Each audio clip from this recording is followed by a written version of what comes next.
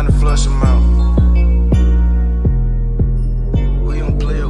Welcome to the Hearts of Men podcast, a journey into the depths of men's hearts where courage meets vulnerability and wisdom embraces integrity. In a world that often measures a man by his outer achievements, this podcast dares to explore what truly defines a man of character. We unpack the challenges and triumphs that shape men's lives, bringing to light stories of resilience, compassion, and unshakable faith.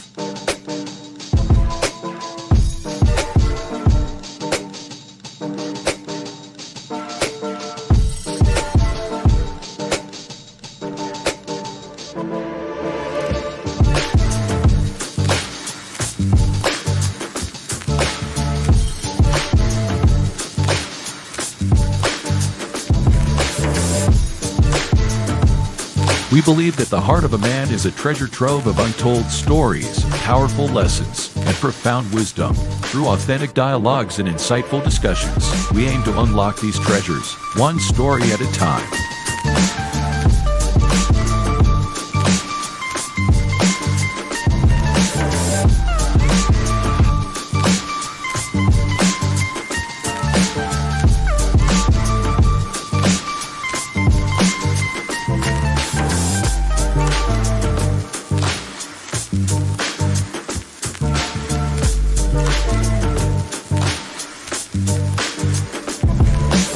So, whether you're seeking guidance, inspiration, or simply a moment of reflection, you're in the right place.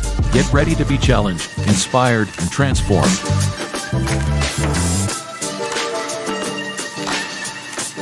And now, to guide you through this journey of discovery, please welcome your host, a visionary leader and a true catalyst for change, Dwayne Dwyer, but we affectionately know him as the Mindset Coach.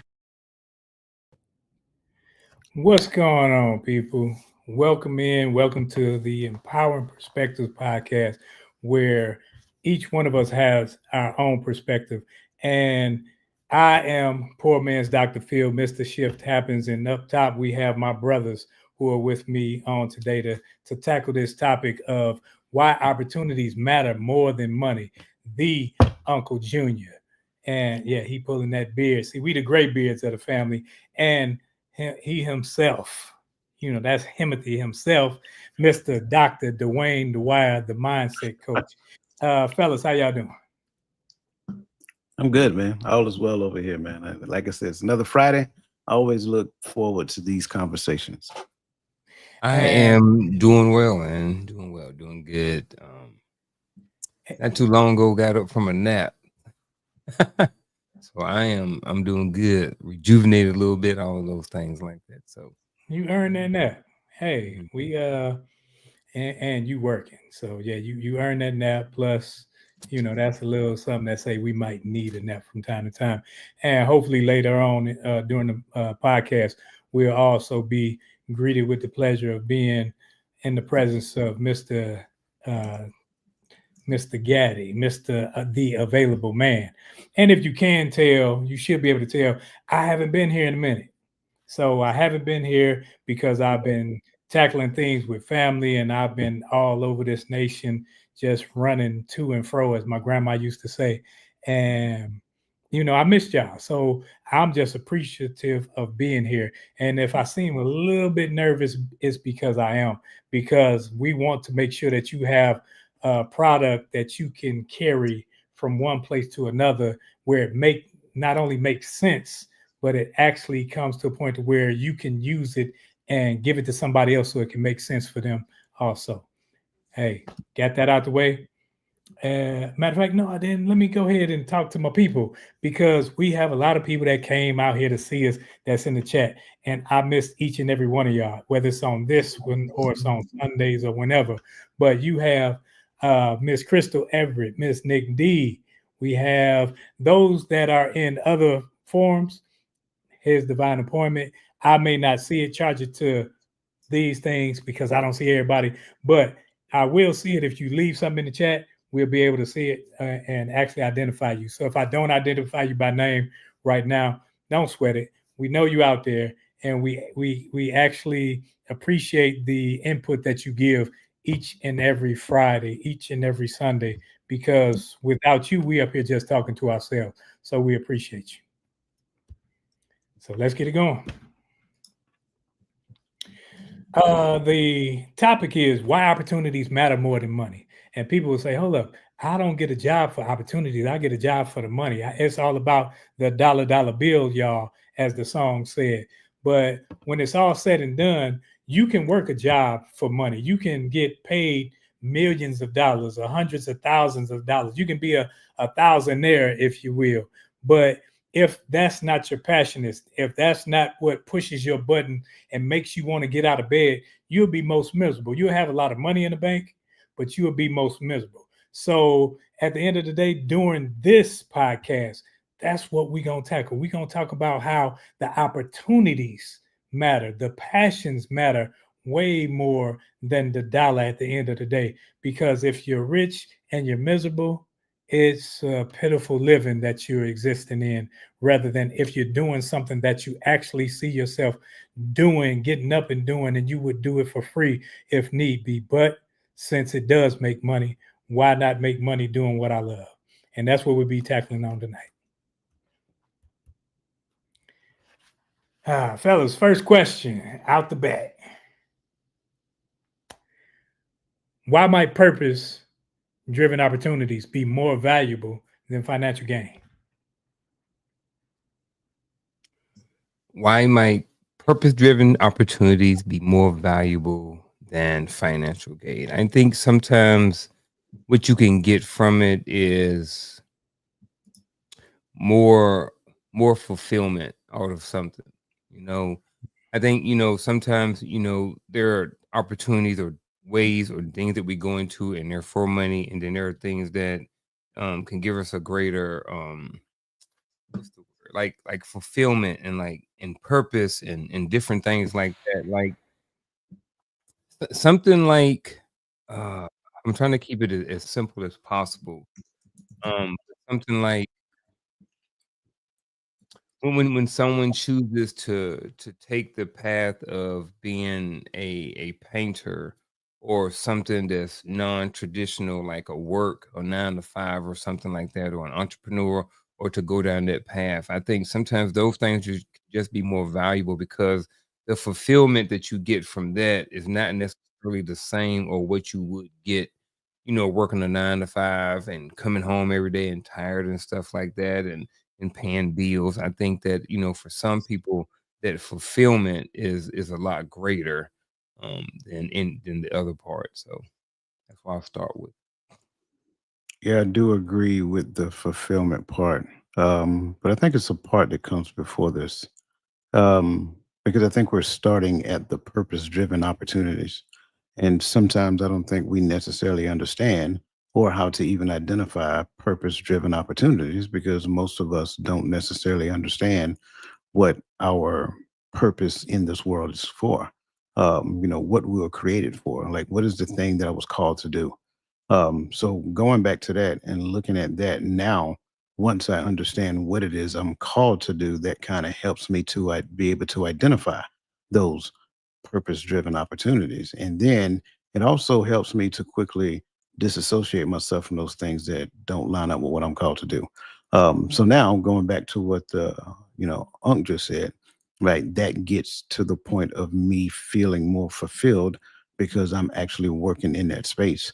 It's not so much as how much money I make; it's the fact that I'm able to do it, and it has the ability to sustain me all at the same time. Now, have either one of you ever had a job where you made the money and everything, but when it came to purpose, you were just like, I'm just here to show up?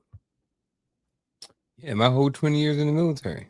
Just to be honest, that wasn't my purpose. I and I don't mean that like in a negative way, but like I was showing up to be at work. My purpose and not, the reason why I went in was first of all to get away, right? So I was getting away from drama and stuff that was going on at home, and I didn't want to deal with it anymore. So I was like, going to military, blah blah blah. So I did 3 years, got out, then went back in. And when I went back in, it was for my purpose to get something that I wanted to do. Not like my purpose, but it was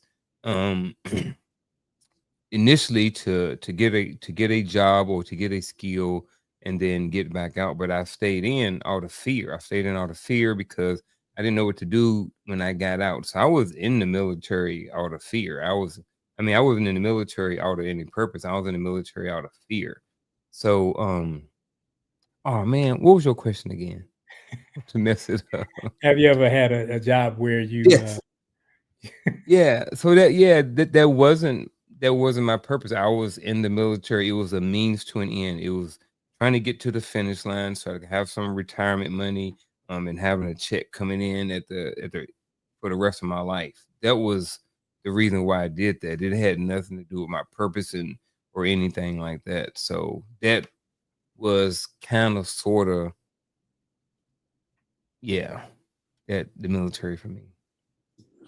So to your question, yes. Now, before I get the rest of this, I want everybody to hit the like button wherever you are, regardless of whether you're on YouTube, whether you're on Facebook, Instagram, whatever. Go ahead and hit that like button real quick. So to your question, yes. Now, what was the reason why I was just showing up and feeling unfulfilled? Because I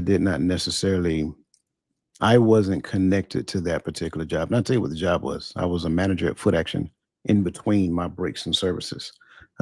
So, selling shoes and, clothes and things of that nature and, dealing with people coming in the store. You got people with their attitudes, people who will buy stuff the way to the club, put their little perfume and cologne on and then bring it back Saturday morning because they don't, quote unquote, they don't want it no more. They don't fit. It's a challenge. But one of the things that I've learned over the years is that regardless of what it was, like even when you go back to when I took my first stint at college, and I was a no-go at that station, even when I went back and go look at that, I can't say that none of those were in line with where I am today because all of those taught me something. It taught me, my 24 years in the Army taught me discipline.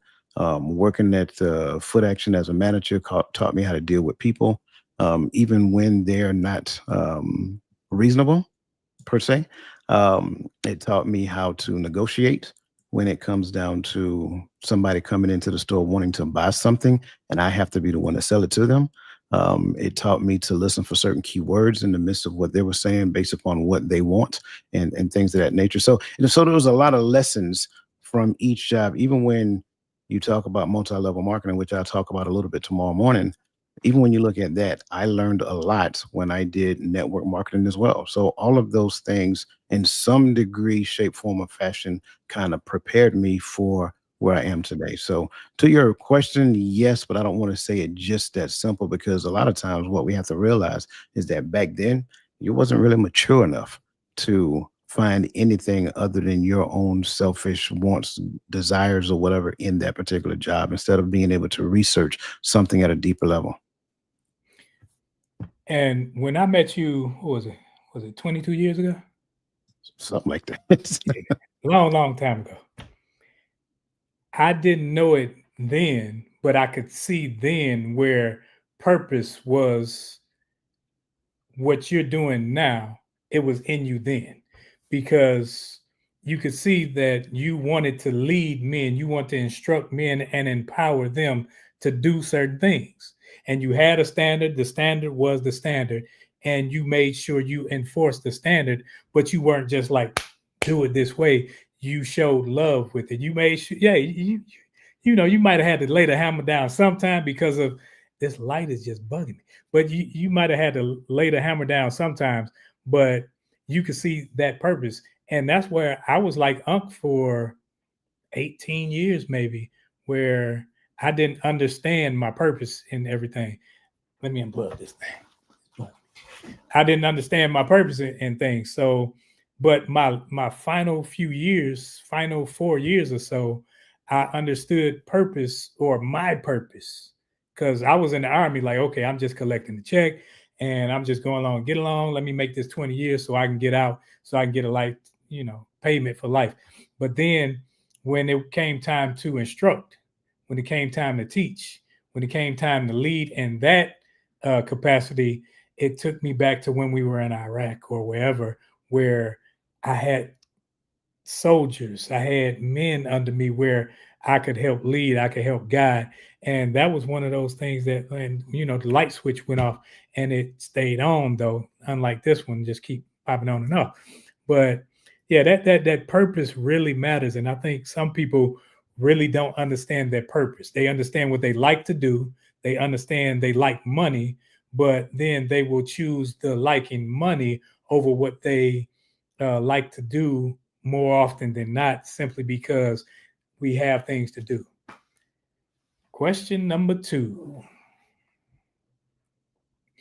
How can saying yes to purpose over money benefit the Black community long term? Community, period. Ooh, this one is good. Let's look at the natural progression of a thing first. I think sometimes, especially, I kind of mentioned it earlier, like in our immature years, like we tend to look at certain things all about me. And don't get me wrong, there has to be some structure, there needs to be a foundation, there has to be some development.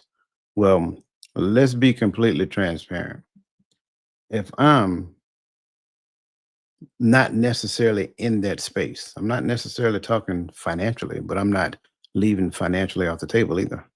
If I'm not in the space spiritually, mentally, and emotionally, if I'm not in the space relationally, if I'm not in the space financially, then I can say that I'm for the community all I want to, but there's no evidence that I have produced yet to even say that.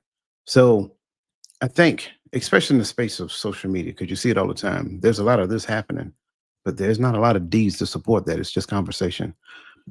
However, when I get to the point of getting to that place where I am solid foundationally, emotionally, psychologically, physically, financially as well.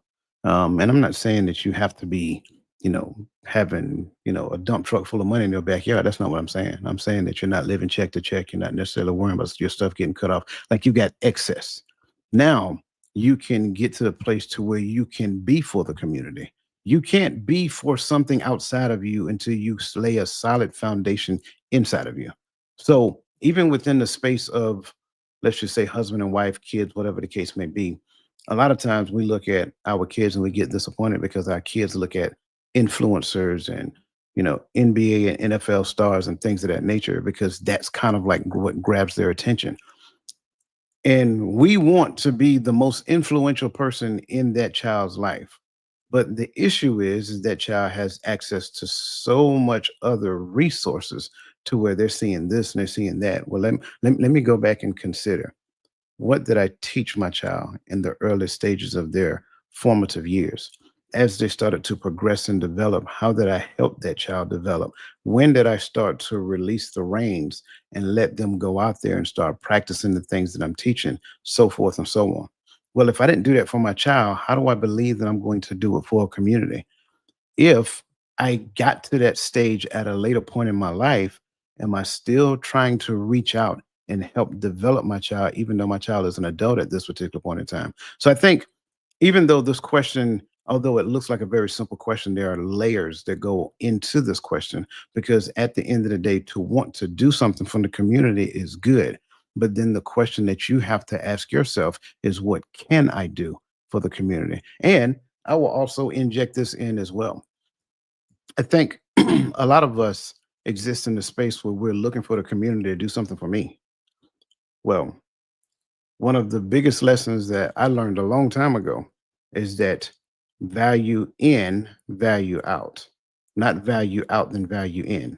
So I have to be value in the community first before I get to the point of extracting value. So wanting to do something is not bad, but get to the place to where you can do something. And then when you can do something, do it. Don't talk about it, do it. Then when you do it, eventually you can start extracting value from the community. So that's kind of like what I would say. And this is a long-term effect. This isn't just overnight.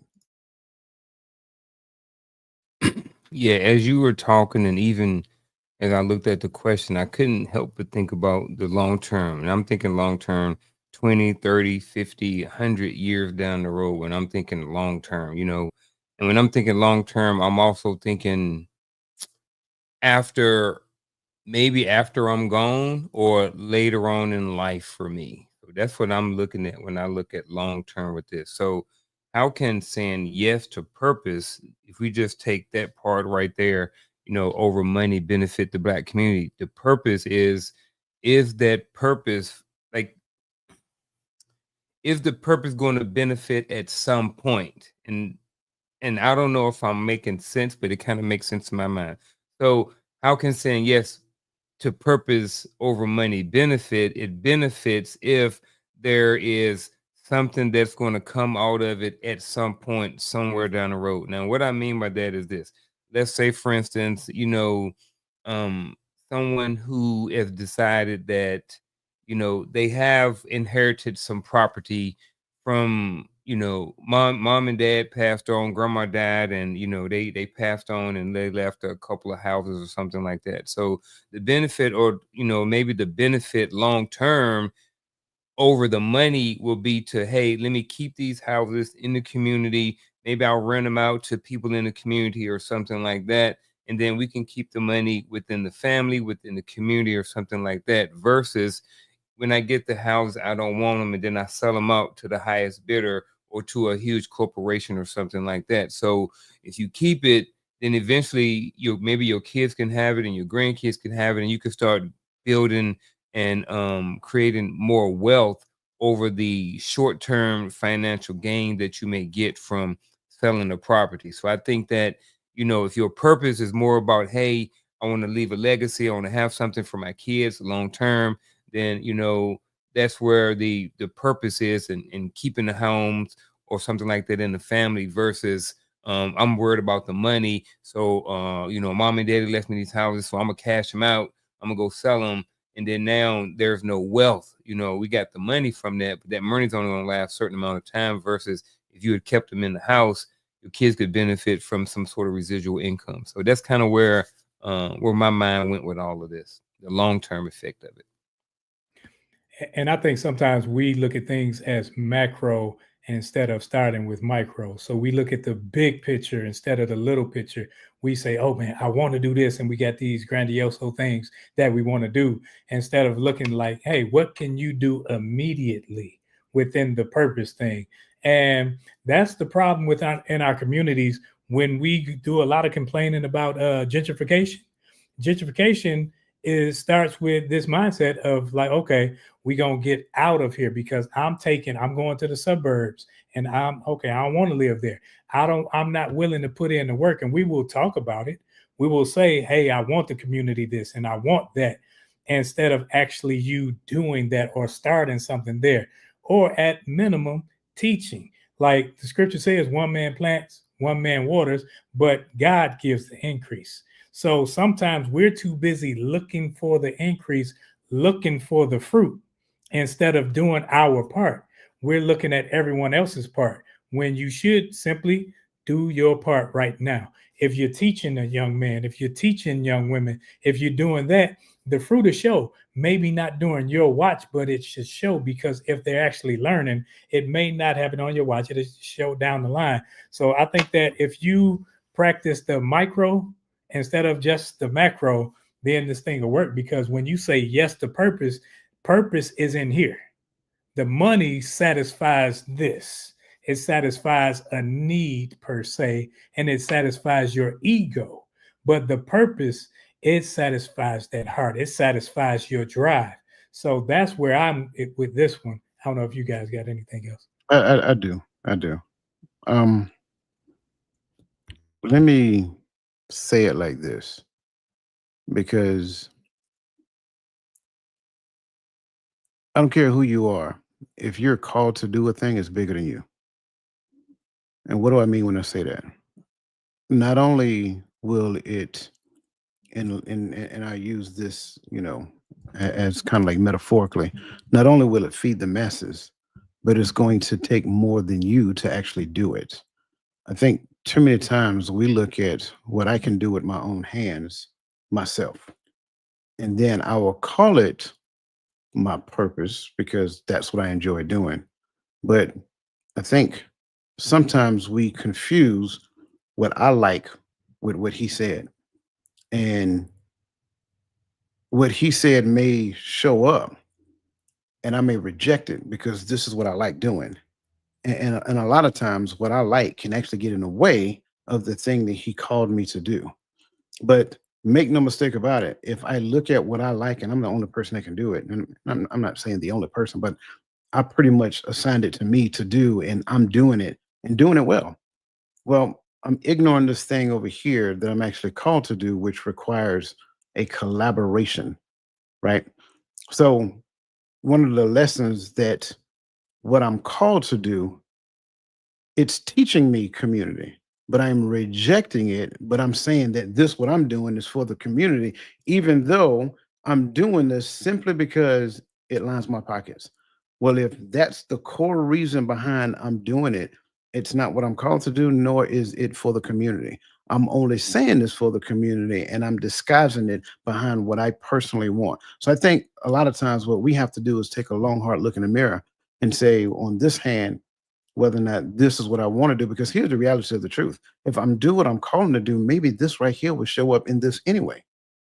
So I think a lot of times when it comes down to this whole calling thing, I think what we have to do is just humble ourselves to such a degree that we become open to whatever it is that he injects in us at any given point in time, and then meditate on that and then move forward from that point on. Again, it's going to cause you to bring multiple people together, and it might put you in a very uncomfortable situation because you may have to cast vision to such a degree that they understand it, to such a degree that they adopt it. So now it is shaping and molding you. But if this is what I like to do and I want to do this right here, it's probably not a whole lot of shaping and molding going on because it's just simply what I like to do and it feeds my ego and my flesh.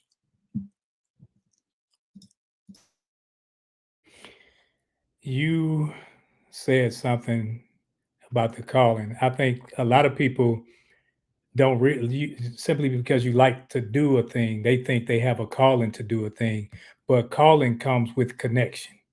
If you don't have connection, you can't call it a calling. You can say it's what you like to do. And that leads me to question 3. What spiritual dangers exist when chasing money over calling? I think, and this is me on the outside looking in, and I am not trying to judge, but I think that sometimes you can start creeping into the idolatry category. And what I mean by that is this. And you're chasing money, not everybody, but a lot of times people are chasing things, along with the money.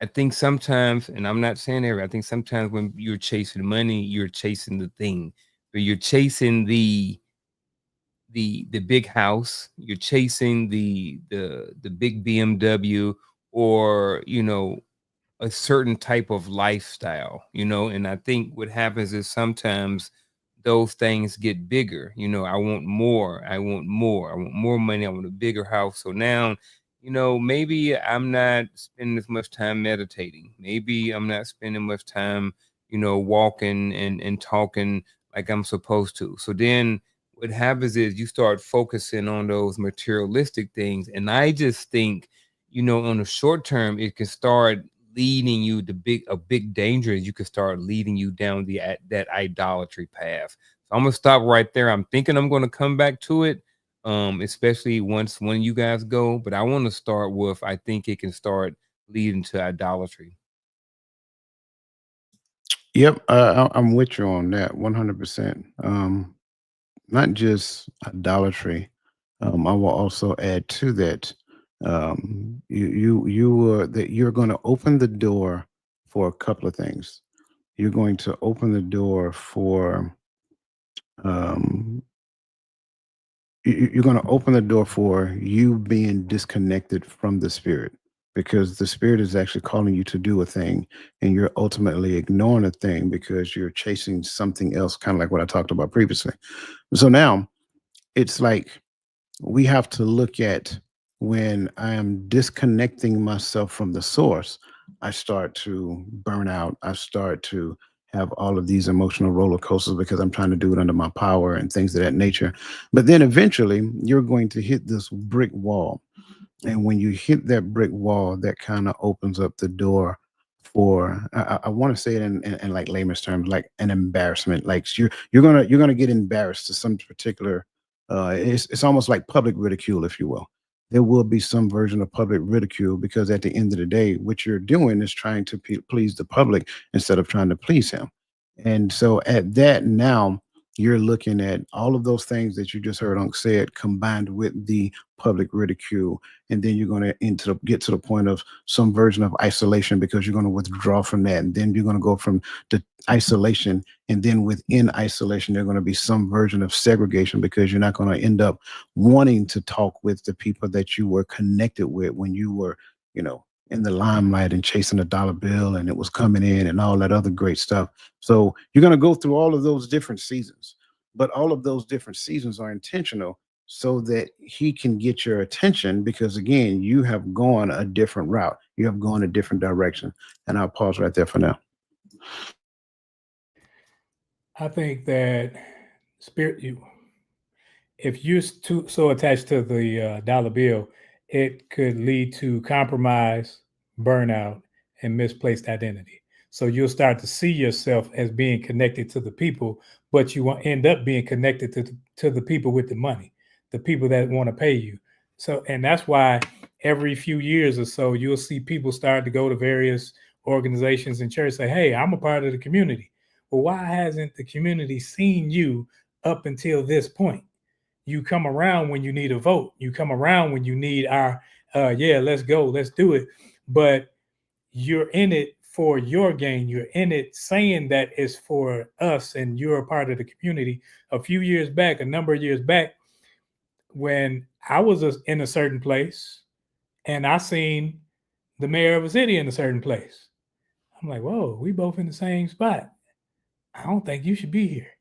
And I seen him in another place.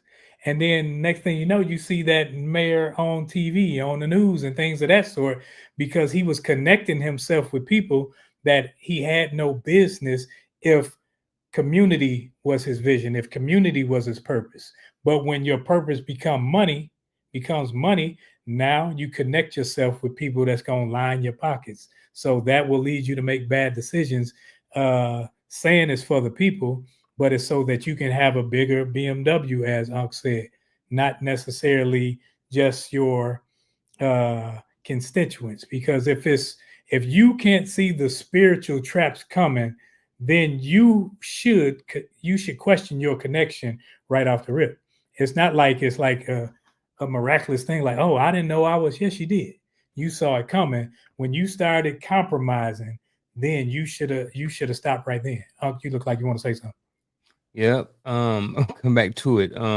As I'm looking at this question and I just read it again, I'm looking at separation and disobedience, right? And what I mean by that is this. If you are choosing money over your calling, in my opinion, when I look at this question, that means the Father has already told you this is what you're supposed to be doing, Unc. I've told you this is what you're supposed to be doing.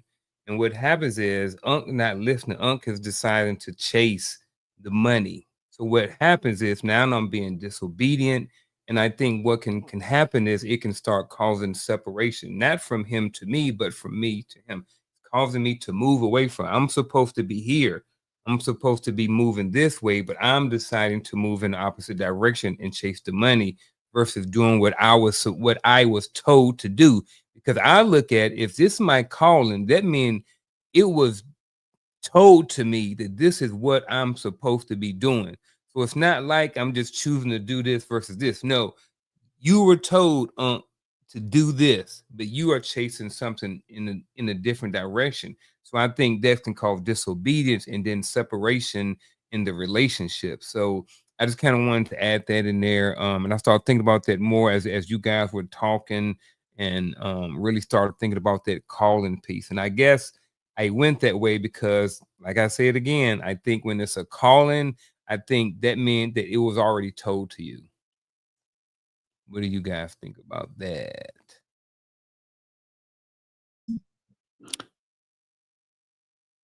So part of me want to say yes. The other part of me want to say no. Okay. And here's why I say no. It's not that he wasn't trying to get your attention for the calling. It's just that you were so consumed with everything else that you couldn't even hear what he was actually saying. And so, because of all of the distractors that you got going on in your life, you're not even giving him what he actually needs so that you can hear from him clearly. So, even in the midst of that, right? Sure, we can, in that state, it can be perceived as disobedience. But again, some people don't really know because they're so busy trying to do this and trying to make a name for themselves and trying to be important and trying to be, glorified and trying to get plenty of attention and all of that other great stuff. But at the end of the day, they're missing the fact that he is trying to get your attention. So because you're missing it, now the world has to show up, right? And a lot of you know what I'm talking about when I say the world has to show up, because now it has to test the thing that you say that you are, the thing that you say that you believe. And at this particular stage, he steps back and allow it to happen. So now, you're going to go through those things, all the things that we just heard just now. You're going to go through all of those things simply because at the end of the day, you're way too distracted to hear anything he's trying to say to you. Here's Divine Appointment said in the chat, God doesn't direct us to go against his purpose and his will. And I would have to agree. He doesn't direct us to, but he allows us to at times. It's like when he told Jonah to go down to Nineveh to preach to those people that they may be saved. And Jonah didn't want to. He went against what the Most High said to do. But you can go against what the Most High said to do. If he's told you to go preach out there on them street corners and you don't do it and you doing all this reckless behavior, if you showed up with a prison ministry, it's still within his will and you still going to conduct his purpose, because that's something that you can't get around when you're his. Now, if you aren't his and you doing what you want to do, hey, go on and do what you're going to do, because you will get your reward one way or another. If you get the money, the big car, the large congregation and all that other stuff that you were seeking, it can come to you. But if you're his and he has a purpose for you that you're ignoring, that you're exactly blatant disobedient to, then you will do it one way or another. It's like my grandmother used to say when she used to put them peas on the table, knowing I ain't like peas. She said you can eat it wet or you can eat it dry, but you're going to eat it. Meaning that you can eat it with some encouragement, or you can just go ahead and eat it and we'll have a good night. So let's go to question 4.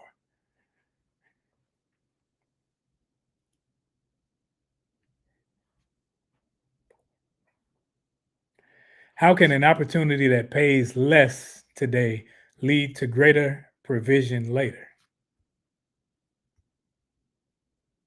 I just I couldn't help but think about go back to the military again, or even trades. We had an opportunity to go into the military. As I look out today as a high school counselor, there are not a lot of students who qualify to be able to go into the military for various reasons. So if you meet the requirements, then you can go into the military. The military initially going in is not something that pays a whole bunch of money. If you stick in there for 20 years, that can lead to some sort of greater provision for you and your family later on down in life. There are people who started off in internship programs making $8 an hour, been laborers for plumbers and electricians and stuff like that, who are now gone off and own companies and different things like that. So sometimes we get opportunities. I look at sometimes you can get an opportunity to take a lower paying job, but what you learn, I say all that, what you do is you learn skills. While we're in the military, we learn skills, we learn leadership skills, we learn how to get along with diverse populations, we learn how to get along with people we didn't like getting along with, so we learn discipline. We learned a lot of different things, even though as privates, we didn't make a lot of money. And all of those things has led to, both of you guys, you know what I mean? You're leading the show today, and Coach this is his platform, and his YouTube channel. So there was some leadership, and there were some things that you guys may have learned, and some skills that you guys may have learned early on when you wasn't making that money, that helped you become who you were, and to provide better opportunities and greater provision later on in life. Just like that plumber or whoever who at 17 or 18 years old gets that internship or that apprenticeship and working along somebody to get those skills. So I think, if I were to kind of wrap it up into one thing, this question, how can opportunity that pays less today lead to greater provisions later, is because sometimes at those lower levels, you learn skills and different things that you're going to need to perform better as you age or higher up in the company or just later on in life or what have you. So that's what I think. I remember, I think I was probably like 5 years old. My grandfather, and most of you heard me tell the story before. My grandfather gave me $5, and then I took it, put it in my pocket, and then he waited a few minutes and said, "Hey, come here, son." So I went over there to him. He said, "Let me hold $5." I was like, "Mm-mm." He said, "Hold your hand out." So I held my hand out. He said, "Make a fist." He said, "Make it tight." And then he said, "See that?" He said, "Whatever you got in your hand won't come out." He said, "But there's another thing to consider as well. Nothing can get in it." When I see this word opportunity, I don't think job. I think that's a lot of I think a lot of times, and this isn't against what anything you said, because you're spot on. But I think a lot of time we're so conditioned, and I'm saying that again. I think we're so conditioned to constantly thinking about work that anything that puts us in the mindset of work, we automatically go to work. But let's be completely transparent. Some of the best opportunities that you faced in your life did not happen at work. They may have happened because of work, but mostly it happened outside of work. I would be completely transparent with you. Sure, I met some great people in the military, but it was the conversations that we had outside of it that was more beneficial than any of the years that I spent in it. So when we miss those opportunities, because I'm going back to the distractions, when we miss those opportunities, that opportunity just passed you by. I'm telling you, I've learned some lessons from great people that had nothing to do with work. Those conversations didn't happen at work. And those conversations to me were some of the best opportunities that I encountered, because at the end of the day, when I implemented what they told me, it was instant gratification. It was like instant, like I'm telling you, like just their words being implemented turned into a paycheck for me. So I'm using that as an example, but opportunities don't always happen at work. We got to get out of that conditional mindset of work, work, work, work, work, work, work, work, work. It's like some of us are so conditioned to work that we wake up in the morning, think about work. We get off in the morning, get off in the evening, we think about work. The first conversation that we have with someone else starts with work. And I'll be completely transparent with you that people who really know me, I will stop them, or I just start giving them one word answers. Okay. Okay. Because I don't want to talk about your job all day long. That's if you don't get anything else from what I'm saying tonight, stop talking about your job so much. It ain't that great. And you are not your job. Some people are so engulfed in work that they, what should, like, I've been in position to where I went and spoke for $25 and a chicken dinner. But that's what it was. And I spent my good gas money. That wasn't even gonna fill my tank up. 25 and even I'm like, oh, okay. Now I could have looked at it, but the love from the people and the relationships that were grown, the connections that were made led to other opportunities where they say, hey, we're gonna send you over here, or we gonna mention you to this person. So I think it's a LinkedIn user. They said access to influential networks, certain jobs, put you in rooms with decision makers, investors, or industry leaders. Relationships built here can open doors to roles you never see on a public job board. Example, an assistant at a nonprofit earn less than in retail, but builds a network of board members and donors who later connect them to a six-figure corporate role. And that's how life works when you are connected to your purpose rather than always seeking the dollar bill. And when we look at the dollar bill for what it is for substance and sustenance. So when we look at it for that, it has a purpose there. It's not that it is the purpose. Some people, once we look at a job, and trust me, I was that person. I say when I retired, I was like, okay, I'm not getting out of bed for that. I'll tell you the truth. They offer me. I'm like, man, come on. I looked at it as an insult. Like, I'm not getting out of bed for that. Because I'm like, okay, it wasn't in my purpose. But so what I was trying to do, I was trying to attain some type of wealth, some type of money. But I felt that I could sit at home and I could do certain things that were within my purpose realm that would enhance me way further and much more than if I were just out here seeking more dollars. Yeah, so Facebook user is Mr. Ori White, retired Sergeant Major. Good to see you, sir. I responded to him, so hopefully when he responds, his name will show up this time. Okay. Question number 5. What practical benefits come from prioritizing opportunities over money? I think I just kind of touched on them, right? There's some things that you can learn outside of the traditional linear thinking model. Some people can expand the way that you think. They can expand your mindset just based upon some of the conversations that they have. You can be taught to think larger. And in essence, it's almost like giving you permission to think larger than what you're thinking right now. Um, and so when you look at those practical benefits, things that are beneficial to you that you can actually put into practical application. When you look at those opportunities, prioritizing those times to have meaningful conversations with people that you know that number one are beneficial, speak beneficially. They don't just talk about trash TV. They don't talk about the foolishness that's happening in social media. They don't talk about what's happening. Did you see what happened on Club Shay Shay? No, I don't really care about what's happening on Club Shay Shay. I'm sorry. um, they're having meaningful conversations, and then you can exist in a space to where you both can have meaningful conversations together. Like, I don't think people realize how bad that is for your psyche to intentionally ingest that stuff. It's almost like garbage in, garbage out.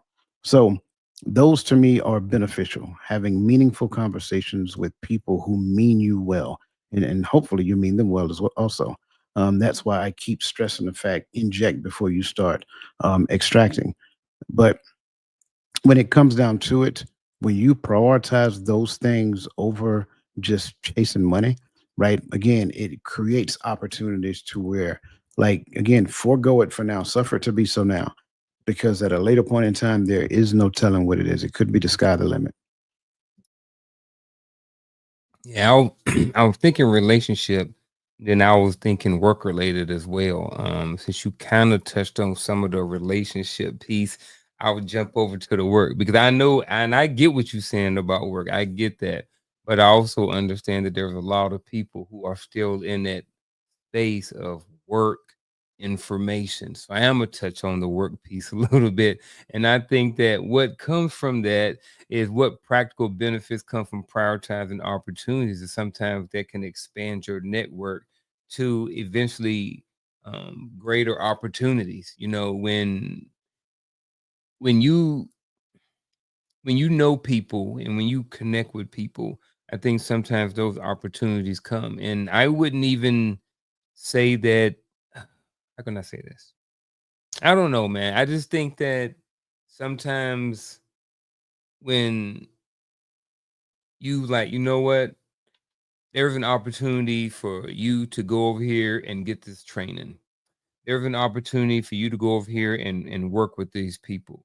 I think sometimes when you take those opportunities, they may not seem like much at the time, but those connections and those relationships that you may have built with other people can provide opportunities for, like the person said, you know, for a bigger outcome. I mean, for a bigger salary. Someone talked about like a 6-figure salary coming from being an assistant in one place, you know. So I think that opportunities like that sometimes you may not see, but I just think that honestly, sometimes having those small opportunities create allows you to create larger networks, and then sometimes inside of those networks there are opportunities that to be had from people inside of those larger networks. So that's what I wanted to say to that. And also, like, you can learn a new skill.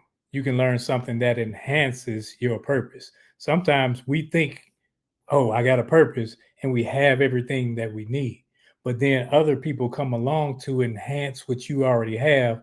And if you aren't too much into your ego or too much into self, you will take that and say, okay, I needed that. So you get people where you have relationships, as Coach talked about, or you can have mentors, Harold, or mentors that are peer mentors, where you have a skill set that I want to learn, I want to know about.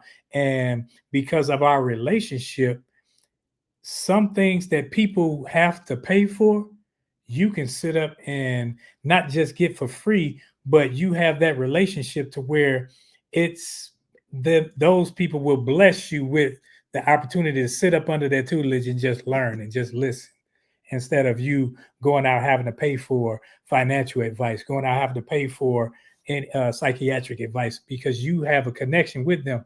Also, it allows you to be within work that aligns with your vision. Because if you have work that aligns with your vision and that's your purpose, now it's like, okay, I may not get the money right now. I may just get an opportunity to hear a person speak, to sit up under someone and just listen. And that's what a lot of us, we don't want to do. We don't want to sit up under somebody. We want to say, okay, well, I'm going to start my own thing. I'm going to do my own thing, instead of sitting there getting with somebody who has a like vision and connecting with them and see, hey, where can this opportunity lead us? Does this connect with me? Does your umbrella and my umbrella, do they fall in line to where we can do the same thing? Or if not, can we help one another out? And I think we splinter ourselves and spread ourselves thin because we always want to be the top dog, and top dogs are lonely. And I think in this walk, we can't have a lonely walk. And it also allows us to protect our mental and spiritual well-being. Because if we're consistently chasing dollars, that's going to wear on you, because the dollar going to make you jump. The dollar going to make you bark. The dollar going to make you ask how high, because you got to seek it, because they are the ones paying it. So you got to pay to the piper. Yeah, chicken dinners. No, but see, that was the structure I was talking about previously, right? I think even in the midst of whatever it is, like, we can all look back and say, yes, the Army provided this, the Army gave us structure, so forth and so on. And we met a lot of great people in the Army, right? There were some things that we needed during that particular tenure. But then after getting that structure, I think what you find is that people start branching out in their own direction. And then they moved into different areas, so forth and so on. And then there was more structure to be found there. And I think, to your point, a lot of times we move out and we say, okay, well, I want to do this, but my structure to do this got me this far. And everybody isn't meant to be in the front. There has to be some people that are behind pushing as well. And so you, as you say, fall up under somebody and push until you gain the necessary things that you need to gain. And then what you may find is that that person is going to help you get to where you're going to go because of what they actually see in you. And I think a lot of times we everybody wants to be the leader, but nobody wants to follow. It's not sexy to follow, right? And so at the end of the day, it's, followers, they're going to complain, they're going to get frustrated. We've seen it in the Bible. But then at the end of the day, when you pay close attention to it, what is it that you're gaining in the follower position? What is it that you're not having to deal with that the leader themselves are dealing with? We've seen that in the Army as well. So it's like, there's some lessons that we could have learned back here, but a lot of times we miss those particular lessons. Other people may have gained them, right? And then moving forward, now that lesson has to resurface itself. Like, be okay with following until it's time for you to leave. And a lot of times we don't necessarily identify that it was time to switch.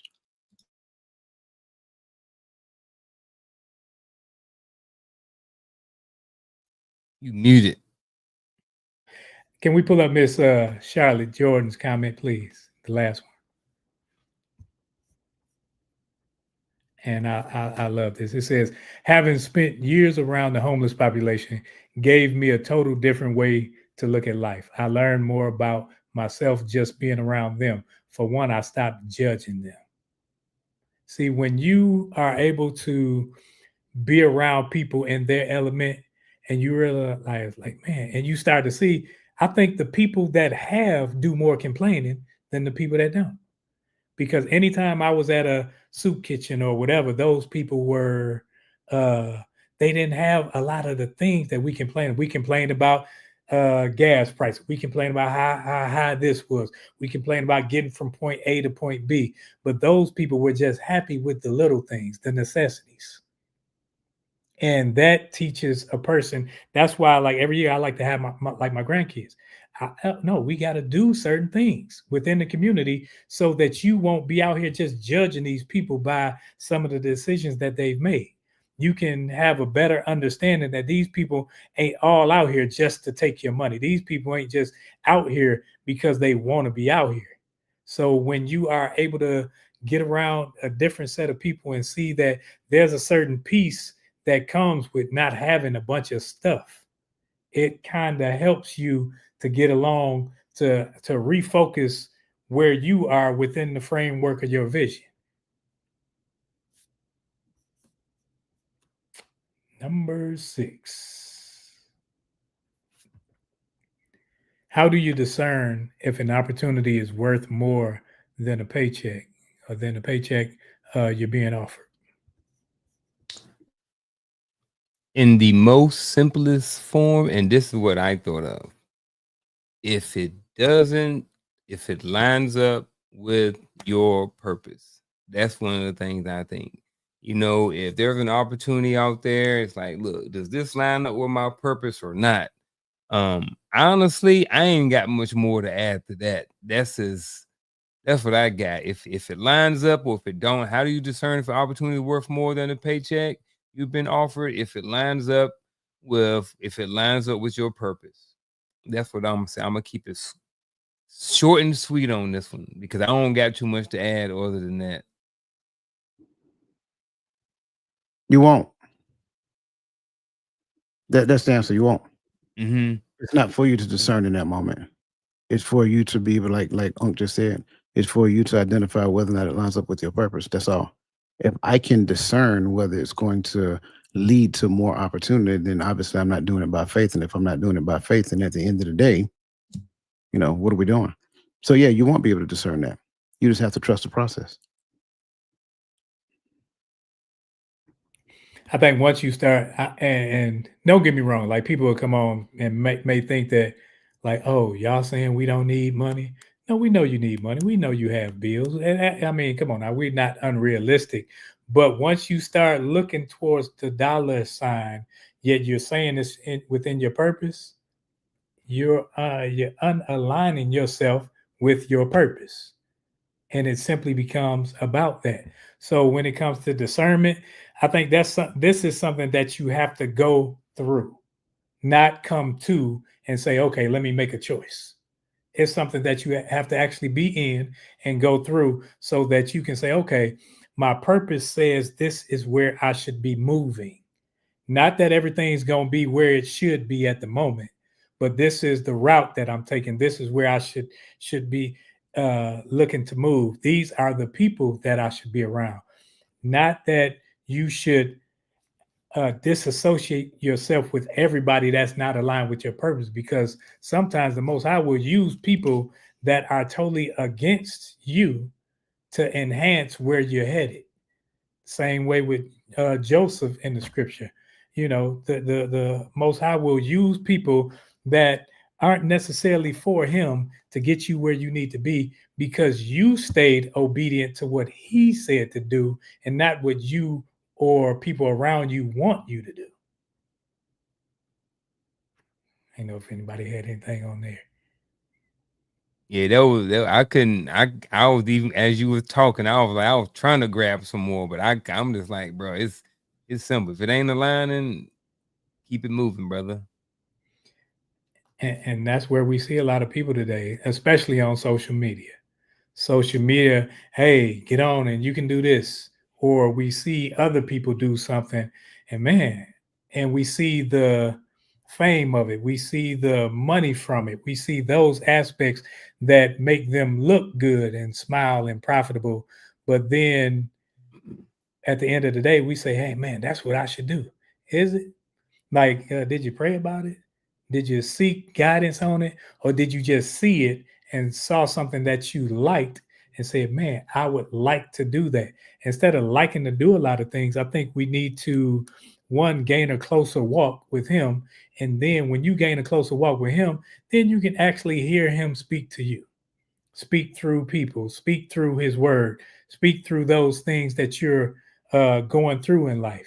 And it's not all going to be good. Some people think that everything has to be strategic and straightforward.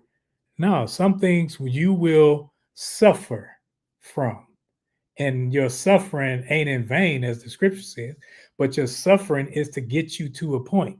So don't look at something because you're suffering in it as if you're out of line. Now, if you're suffering because of you, that's a difference than you suffering because you stuck to what he said to do.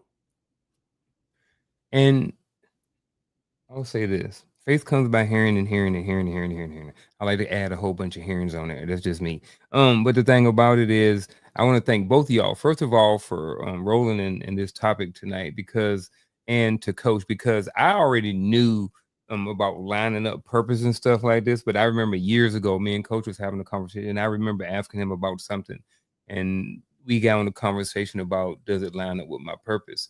And sometimes you hear things and things line up, and you gravitate or you attach yourself to those things for a while, and then sometimes you kind of forget them. And then and then we have another conversation and it comes to you again. So first of all, I want to thank both you guys for that, because I don't know, I just appreciate you guys, this conversation. And then even back then, because when I was navigating things back in the day, I had some uncertainty about things, and I wasn't sure about which direction to go about certain things. And I remember having a conversation with Coach, and and one of the things he shared was that certain things, if it don't line up, then they leave them out there. You know what I mean? And like I said, I knew that, but then hearing that again, it resonated again. And then it's been years. We heard about it and we talked about it on the show between here and Coach's Corner and stuff like this, but hearing it again, so I'm thankful right now and in the moment for another conversation about purpose and how things should be lined up with your purpose, and how there's more benefit in doing things that line up with your purpose than focusing on things that don't line up with your purpose. So again, I just want to appreciate both of you guys for that, and I enjoy just having this conversation about purpose. Yeah. So number one, bro, you're welcome as always. I think the struggle, because we look at the idea or the notion of discerning, and a lot of times, especially when you look at this question, discerning if an opportunity is worth more than the paycheck you're being offered. Again, one of them is what I'm called to do, and the other one is what I want. Yeah. So what is it that we're really considering? Should I chase what I want, or believe for something different on the other side of it? That's really what it breaks down to in layman's term right now, right? And in most cases, what most people are going to do, I don't really care who you are, and you probably ain't gonna like it, right? You're probably gonna go after the money, because at the end of the day, you're gonna say, "Oh, God blessed me with this, did He?" Did he? You see what I'm saying? And I think that's the point that I'm trying to drive. Like, there is a path that you're supposed to take when it comes down to what you're called to do. But there's also a temptation that is designed to draw you off that path. And if you're not careful, what you will do is you will call that temptation a blessing from him, and you'll go around telling everybody that it's a blessing for him. They don't know no difference. It's not their responsibility to know. So the only person who believe that is you, and therefore that's the story that you're going to tell. So again, like I always say, is it true, therefore you believe it, or you believe it and therefore it's true? And in most cases, it's B. You believe it and therefore it's true. So when it comes down to being able to discern these things, number one, you got to know. You got to know without question what you're called to do. And then you have to dig your heels in the ground in that direction. And I mean, I've turned down several jobs because I'm not moving. I'm not moving to Virginia. I'm not moving to Huntsville, Alabama. I'm not doing any of those things because I don't want, and trust me, they were a significant pay raise. But at the end of the day, no.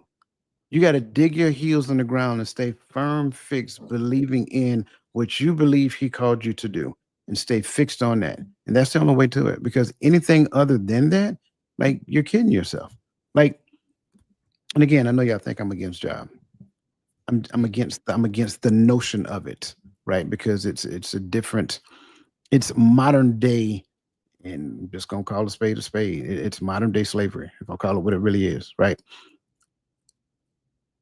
If you are so consumed with it that, like you said earlier, it becomes your identity, right? But then by that same token, what we also have to realize outside of that as well is that it was good for the time that I needed it to be good. But once you understand this over here, are you willing to walk away from it for what he called you to do? And if you can't answer that question, then that tells you honestly where you are right now in your life. I'm just being 100% honest. Are you willing to walk away from that job right now? Because you know for a fact he called you to do this thing right here.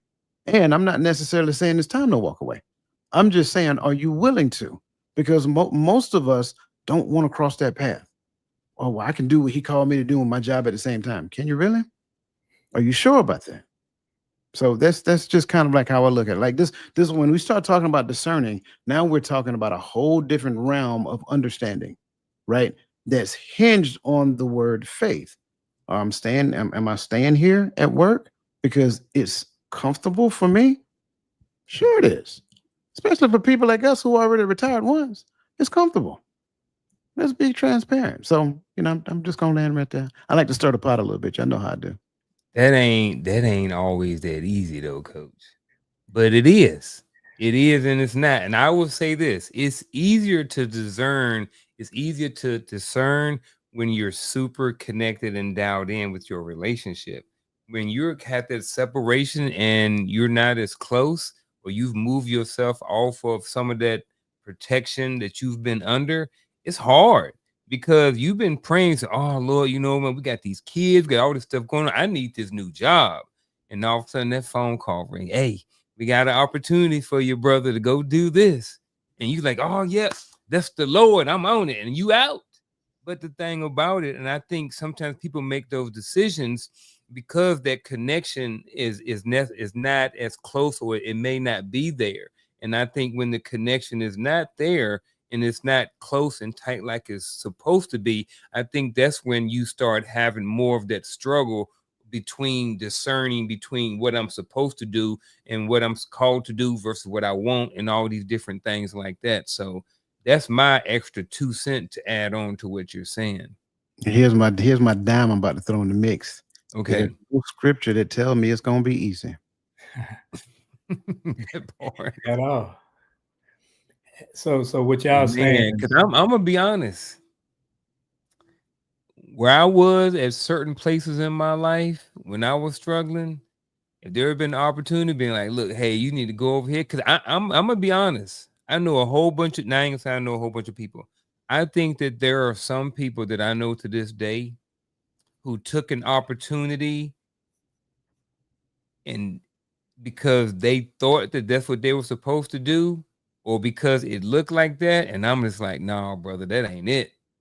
And them jokers went down that path and it didn't work out for them. I'm not saying I'm psychic or anything like that, but I'm just saying that to say that I've seen where people, at least what, I don't know, who I think may have gotten outside of their calling or what they were called to do and go down a different path and then not work out for them. So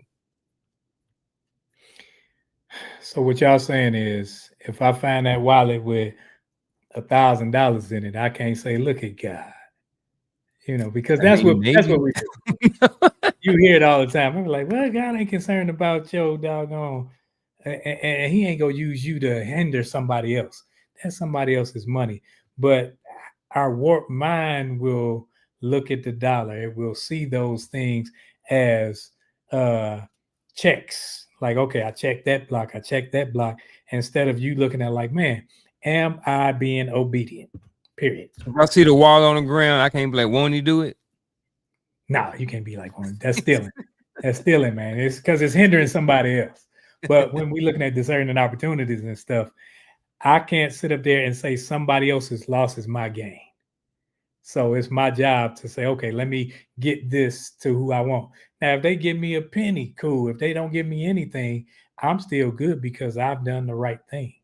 And when we think about doing the right things more versus doing what pleases us, because the right thing that had nothing to do with my vision, my mission, my path, or my purpose. But if all of us has one job when it comes to being within the realm of the Most High, and that's servitude.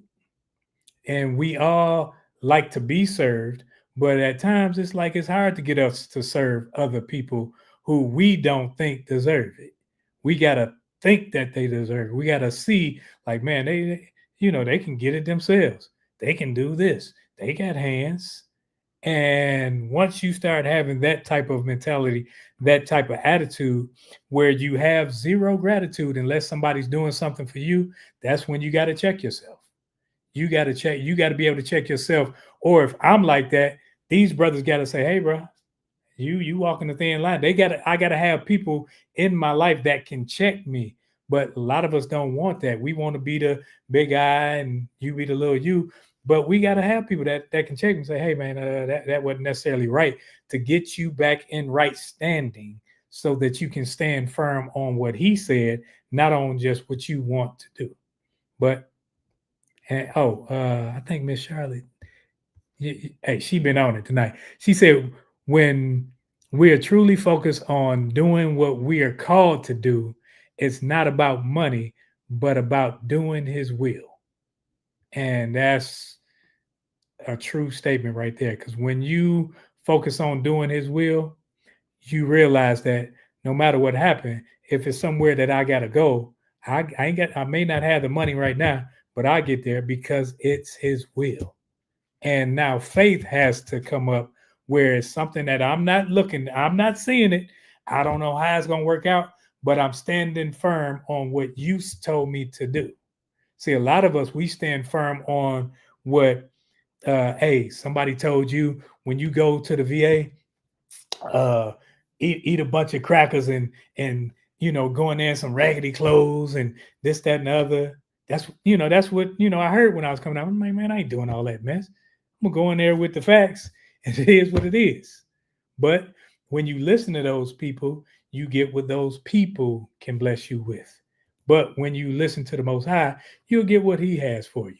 And if he has this for you, cool. If he don't, cool. But you got to be content with what he had versus what somebody else said you can get from some type of a deception. Question number 7. What are the benefits of choosing financial gain in certain seasons? I got a question about the question. Yes, sir. Are we talking about choosing financial gain over what I'm called to do? Yes. Ain't no benefit.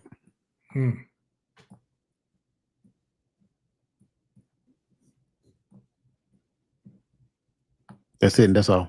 Oh, I'm with you. I'm waiting on. I mean, I'm with the same. I'm the same way. Ain't no benefit. Ain't no benefit. I kind of already had an answer prepared. So, He said, "Ain't no benefit, there is but no benefit. But I will say, if you hadn't added on that portion of it, here's how I was going to respond. I'm off during the summer. I work 9-10 months out of the year. I'm off during the summer. If I have a whole bunch of debt because I wasn't diligent over my resources, and I want to take that time for 1 year, maybe 2 years, to go work Uber or Lyft or get me a part-time job to dig myself out of that financial um, situation, and to eventually long term have some sort of less stress in my life, like that. And that's why I said that. But when Coach added on to that other piece, then it shut down my answer, because there is none, just like he said. So that was it. I mean, I only added the other piece because that's what we were talking about all night. So I just Yeah. wanted to make sure. Yeah. yeah, But like I and- said, without the other piece of the calling and stuff, then yeah, I think it's okay to, get a part-time job or something like that for a season to help get yourself out of financial debt or something like that, because that can cause, less stress in your life in the future or whatever. I don't know, but just doing something that can cause less stress later on down the road. Mm, Coach said, I don't know. go ahead. I know some people who did that and they found themselves in another tax bracket and they got a different level of stress. That part too. and I went in also, another tax bracket, not even on purpose. if you weren't financially responsible with what you had, 9 times out of 9, you're not going to be financially responsible for what you gain. So you will say, I'm doing this for that, rather than cut back on what you're doing in the first place that puts you in debt. So when it comes to purpose has to be purpose. It's an overall thing. It's not something that you can pick and choose to pick up when you want. See, I think we like if it's purpose, my purpose wasn't to get money. You just made your purpose the money. Once you say, I got to get another job so that I can pay this, so that I can do that, because you done compromise within yourself to say, okay, yeah, if I do this, then I'll be able to. And a lot of us have done it. I know I've done it. Say, man, if I get more money, I'll be able to pay more on my bills. So I get it, But what I do when I get more money, I find more stuff to buy. I find more ways to spend it, instead of doing what I had to do in the first place with what I had. So Coach, he see, that's why he get paid the big bucks, because he like, hold up, now that's a trick question. So I definitely love that. And even if we were talking outside of that, and you were talking like you talking without that passion part and everything, do we work more, spend less time with the family, spend less time doing what we say we're called to do?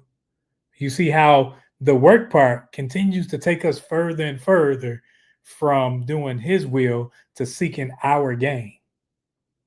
So that's where you got to like, okay, is this taking me further away from him and my calling? Because I can, like a lot of us, when we retired, we could have went overseas and get a bunch of money for just going overseas. No time with family, kids raising themselves. You come back, you don't know them. You come back, your voice isn't the same, and you get over there, and you will say, "Yeah, I'm gonna do this and I'm gonna do that," but 9 times out of 10, you don't. You just say it because it convinces you that it can be done, so it makes it more palatable for you to actually make that decision. While all the while, you're just saying, "I'm not going to do what he said to do. That was my decision." Number 8. How can we teach the next generation to value purpose alongside prosperity? I'm a firm believer in practicing what you preach. And I know that, I don't know, I'm modeling this right here. So when I got 3 sons, when they see me modeling value and purpose, you know what I'm saying, over the prosperity and over this and this and this, I think that can be beneficial. Yeah, I think, yeah, modeling. I don't know why I just keep wanna stick with the modeling piece, you know? Like, again, with 3 boys, they're getting a whole bunch of information. They're getting bombarded with information from this platform and from this platform. And, you know, they're in the military. So they got, you know, friends, and they got, you know, my sons got sergeant majors, you know what I mean, that they can reach out to, you know.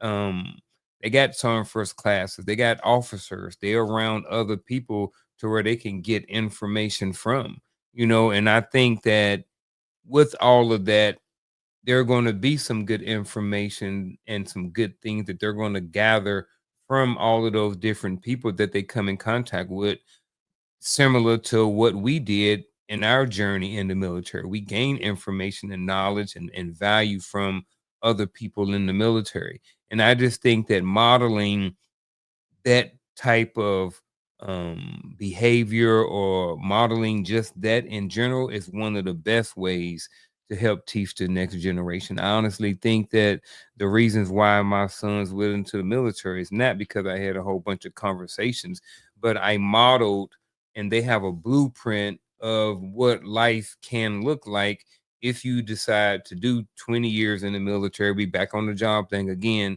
But I have shown them a blueprint. I've just modeled something that can be beneficial to them. So I just think modeling behavior at the end of the day is a good way that we can teach the next generation to value purpose alongside, alongside, alongside prosperity. Yeah, I'm with you. I'm with you. So what does that modeling look like? I think that's where we struggle the most. Um, Trying to be a model for our children to emulate. And I go back to teaching them, raising them up in his standards, right? Teaching them what his standards are, so that they will have the proper mindset when they become older. I think um, I think John gives us a great blueprint of what that looks like. It says the word became flesh and dwelt among us. So that's what modeling looks like to me, to where the words that I speak becomes the word that I emulate. So if I am teaching you his word and I'm emulating his words at the exact same time, then that's what that modeling looks like. And I also think, and this is kind of a little on the boundary of the conversation, we got to stop demonizing words that's in the Bible. Right? We demonize words that are in the Bible all the time. And I'm like, why? Why are we doing that? And the word that I'm talking about is prosperity. Prosperity is in the Bible. Stop demonizing the word prosperity, right? We understand what some people are doing in the pulpit. We got that part. We understand that they're saying that if you do this, you pay for this, then God will give you that. That's not biblical. That's what they're doing. And we've titled that prosperity preaching. That's not prosperity preaching, right? Preaching about prosperity is preaching about him, about the Most High prospering you. So there's nothing wrong with the word prosperity, but we have to get out of the notion of demonizing the words that he actually used to empower us. So now teach him what he said, me modeling what he said, and then teach him how that with that right relationship in right standing to seek, hunt him and all his righteousness, and then he will reveal to you over time what you're called to do. Then you stay laser focused on that. Don't go to the left, don't go to the right. You stay laser focused. Somebody's going to show up, try to pull you out. Nope. You stay laser focused. And that's the thing that will lead you down the path of righteousness and prosperity. I love it, because I will just hinge on what you, brother, said, because I wanted to touch on the prosperity piece, because I'm with you, how it's taught in the prosperity doctrine. I think that when you teach that it has little to do with money, prosperity has to do with your health, your peace, your the impact that you have on relationships, your acts of service. See, if I can have prosperity in those areas, then me learning, as Coach was saying, me having this connection and me having all these things because I've learned how to be a base and abound, as the scripture, as Paul said. Because now I can sit up and say, man, I have these things and I'm appreciative. And it shows in my everyday walk. It shouldn't be something that shows up when I get a paycheck, or it shows up when I'm going to get a car, or it shows up when I attain some type of wealth.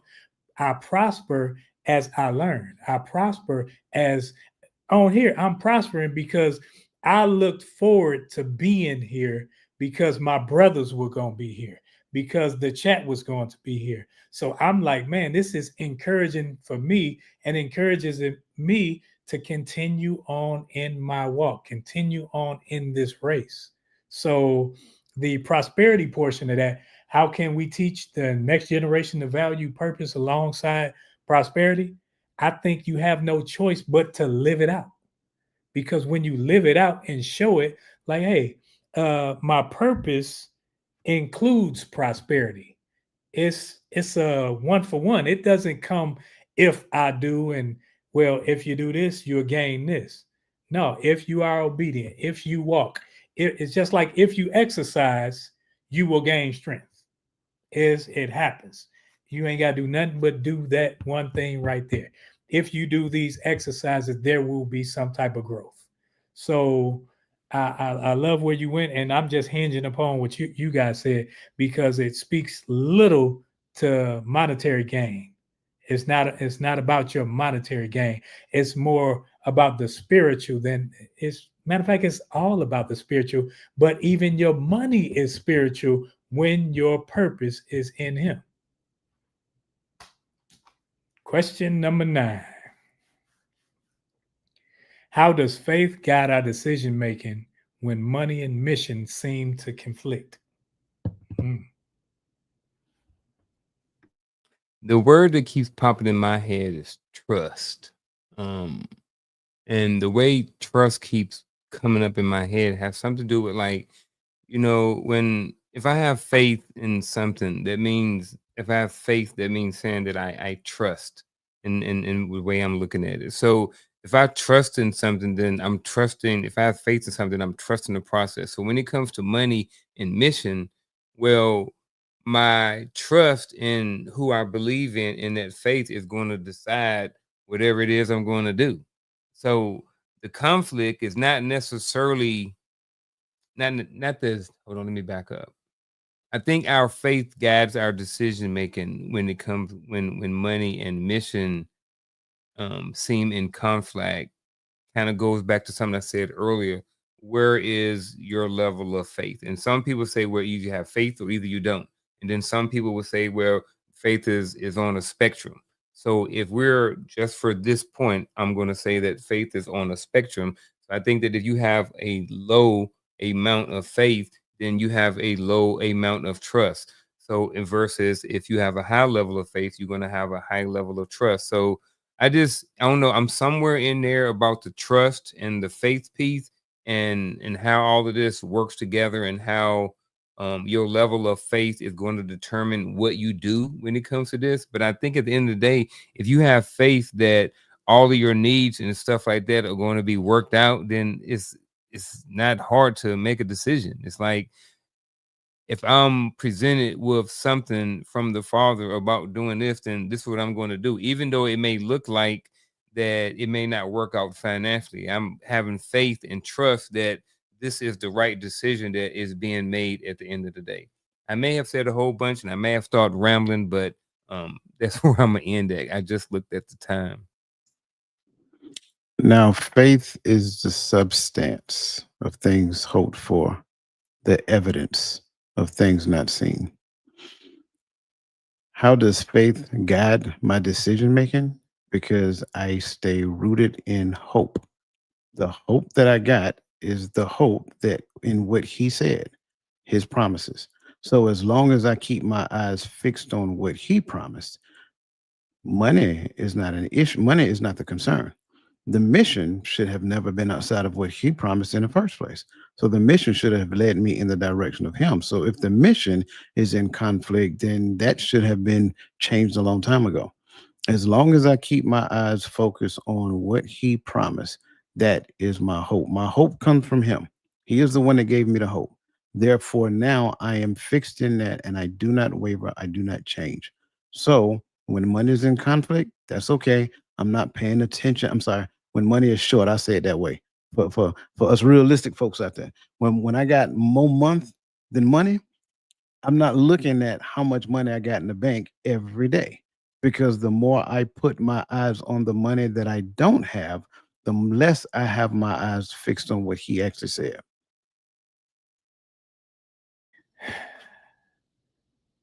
And mine was, I said that God is the ultimate provider. And if you have your faith in him, that means you have your trust in him, as Uncle was saying. So if my trust is in him that he will provide, a lot of us say it, we'll call him Jehovah this, Jehovah that, and we'll attach things, that attributes to him that he is, instead of actually attaching ourselves to him, where we can trust what he or who he said he was to us, to his children, to those that believe, those that follow. So instead of doing that, we will say, okay, well, man, I wonder if I do this, and we'll say, well, pay their loan, I pay them next month, and then you continue to put yourself in a rut, and you go in the book of Haggai, and they talk about having a bag, you put your money in a bag with holes, and instead of realizing that if you are obedient, he will reward you. He is a rewarder of those that diligently seek him. So when you can diligently seek him, that means when I'm frustrated, I seek his voice. When I'm mad, I seek his voice. When I don't see the money in the bank, I seek his voice. I seek what he has to say about the situation, and trust in what him. Now I can't do the opposite of what he said and expect for him to bail me out every time. Because sometimes you got to bump your own head and realize that you put yourself in that situation.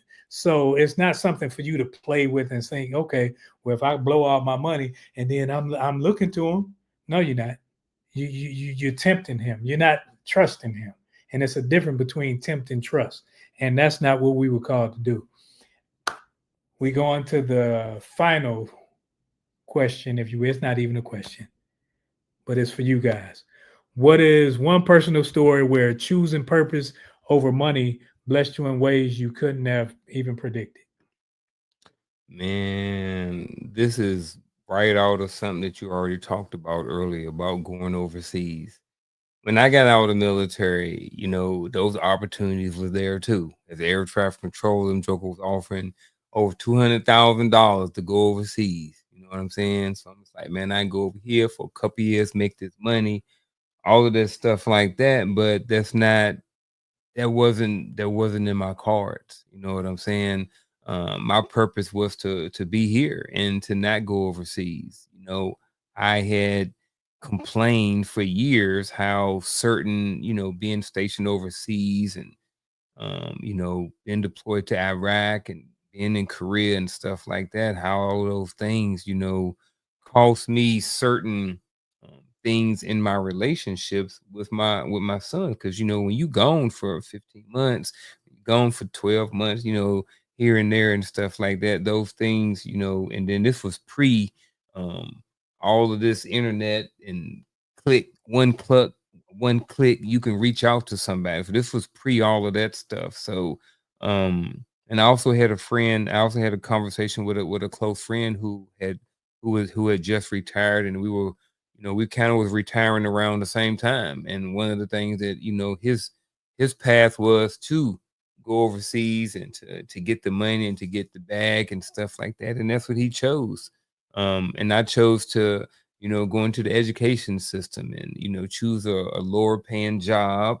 But again, it allows me to have my summers off, spring breaks, and have some of those times, which are a lot more valuable to me now where I'm at in my life than having the $250,000-$300,000 a year job. So because, like you said, I put in that time for 20 years, so I still have something coming in. So, um, yeah, man, my personal story was about making that decision, when I got out, about which direction I was going to go. Was I going to go the contractor route for a few years and dabble over there and go back and forth, or was I going to stay put homestead, and to find something locally? So that was definitely, and I couldn't have been more happier, blessed, all of those things by making that decision. And I don't even look at what life could have been like if I went down that path. This is the path that I was supposed to be on, and this is the path that I'm on, and it has blessed me in, more ways than I can predict. So, or share. I don't mean to sound cheesy or corny, but you're looking at him. Like this is a part of it, right? Um, sure, I could have gone the direction and pursue my first degree in project management. I could have went and got a PMP. I could have done all of that with the Project Management Institute, been a project manager for a contracting company, any of them, to be honest with you, because once you get the PMP, pretty much sky's the limit. But that wasn't what I felt I was called to do. And then eventually I got to the point of doing this, but there was a foundation that needed to be laid prior to coming here. So, if you've known me for years, I was not the person that would get behind a camera. I was the person that would run from a camera whenever you pull one out to take a picture. I'm like, no, not me. You know what I'm saying? That was me. And the next thing you know, and Unc, you remember when we first started having this conversation. Um, but it was something I had to get over. It was uncomfortable. My first couple of episodes, I did them recorded because I didn't want to be live. And Roland, you was part of that. Unc, you was part. Unc, you, I think you was my first interview, first or second, I can't remember. But yeah, but then I had to get over that as well. So it's like every step of the way, and that's why I keep saying if you're doing what you like and it's comfortable, I'm not 100% sure, right? It's an old saying that we used to say all the time. God does not call the equipped; He equipped the called. So at the end of the day, the thing that you're called to do, He is going to equip you to do it. That way you can't brag and boast and say, I did this and I did that and I did this and I did that. And what I'm finding is that not only has He equipped me up to this point, but He is still equipping me. So like Unc said, yeah, I couldn't be, and I add this last piece to it and I get off of it because I see what time it is. Like I find joy in doing this now. I look forward to every Friday night. I look forward to every Saturday morning. I look forward to every Sunday. I look forward to every Tuesday. Those are the things that I find joy in doing. And I think I'm doing it with the people that I find joy doing it with. So that's my answer. Man, I think I used to host young men, young men's group first, and then it just started where they would just come to the house, and I was cutting their hair, and I would just like, hey, if they didn't have certain things, I would help. But I learned that the relationships that I was growing with them, it forced me to, one, I had to spend money because now if I'm pouring into them, I'm bringing them over to, I got to feed them, and I'm cutting their hair. And some of them I was helping clothe and put shoes on their feet. And so I'm looking at I could have looked at it like, man, I'm spending too much money. But I'm with Coach, if your purpose doesn't cost you anything, it's definitely not your purpose. It's just something that you like to do, and it's a convenient place for you to be in. But when it's your purpose, it's going to cost you, because those relationships, they didn't just stop then. So when they call me, even on today, when they call me and say, hey, I'm doing this and I'm moving in this fashion and I'm doing this, to tell me the accolades that they have today, if they graduated college or if they had a child, if they're proposing or getting married, those are the things that I look forward to, because I was a part of helping rear them. I was a part of helping them become a man, per se, because somebody had to help me see it. And if I can do that for them, I'm like, okay, yeah, I'm walking in my purpose. that's all we got for tonight. We have went a little bit long, but we're going to roll over right into our final thoughts.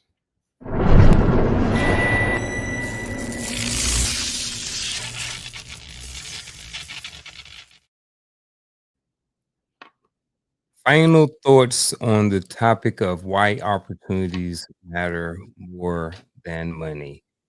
One of the things that I've learned in my journey and my walk is that opportunities are always going to come.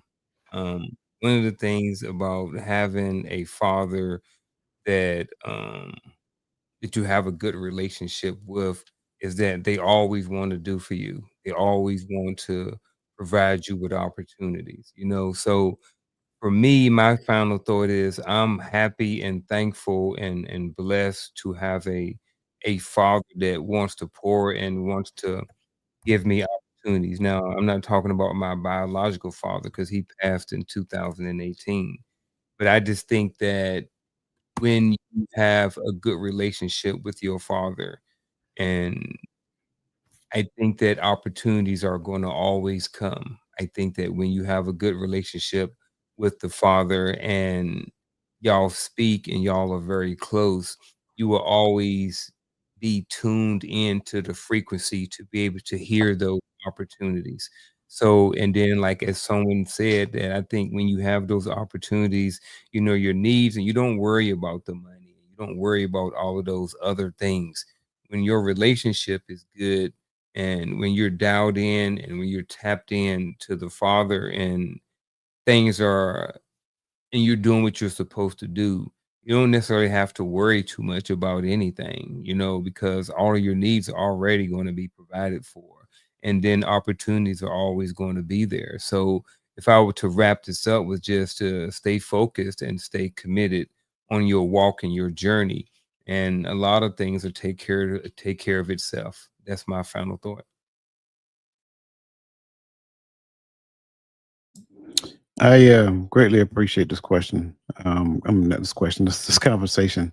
Um, I think it was really good. I think we live in an era right now to where the focus, especially of a lot of young adults, is money, money, money, money, money, money. That's the focus. Like that's their driving motivation behind the things that they do. And my issue or my concern with all of that is that that's part of the distraction techniques that exist in the world today. Like you're being distracted and you can't really see wholeheartedly exactly what you're being called to do. You can't hear the voice of the Most High when He is trying to speak to you.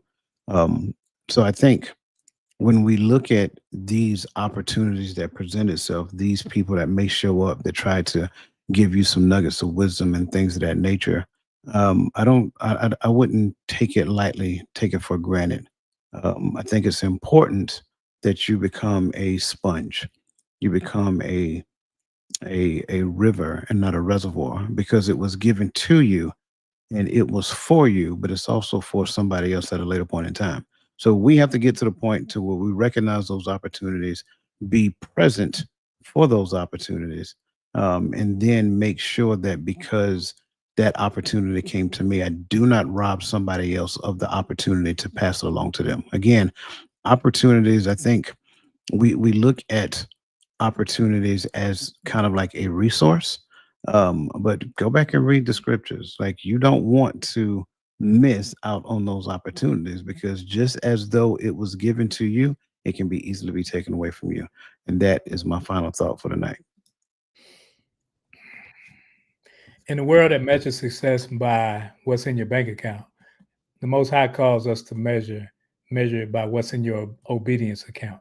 Financial gain can sustain a moment, but purpose sustains a lifetime. Choosing opportunity over money isn't about rejecting provision.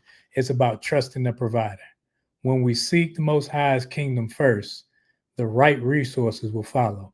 And when we make decisions rooted in purpose, we don't just earn a living, we build a legacy that money could never buy. And that's where we are. So once again, I thank you. I told you, I miss y'all. I did. And I appreciate my brothers. And, I've been gone. I'm like, man, I was antsy, but And I know we have a lot of things going on. And Miss Crystal Everett, keep it flowing in the chat so that you can keep abreast of what's going on with us to follow along. And I know Sunday we will be on the Voice of Reasons platform on over on TikTok. So that's at 11:30 Eastern time. Reserve your free. See, she keeping us abreast of everything, letting us know what's going on. And if you want to pay attention even more, totalmindsetshift.com. You can follow along and see everything that's coming up. Anything else, guys? No, I just want to kind of reiterate, tomorrow morning we start at 8 o'clock. So if you have not reserved your spot yet, click on that link that Crystal just put in there, and make sure that you reserve that spot. I'm gonna leave it open for a while, but then I'm gonna close a little later. So don't be blindsided because you see it on YouTube and you be like, "Oh, I'm just gonna watch it on YouTube." No, I'm trying to tell you, get register. Click on that link, register. That way that you will have access. Because again, 3 speakers and a Q&A. And again, like Lisa said, it's free. We're not charging anybody for showing up. So make sure that you get your ticket. That's all. Till next time. See you out on this platform next week. Same bat time, same bat channel.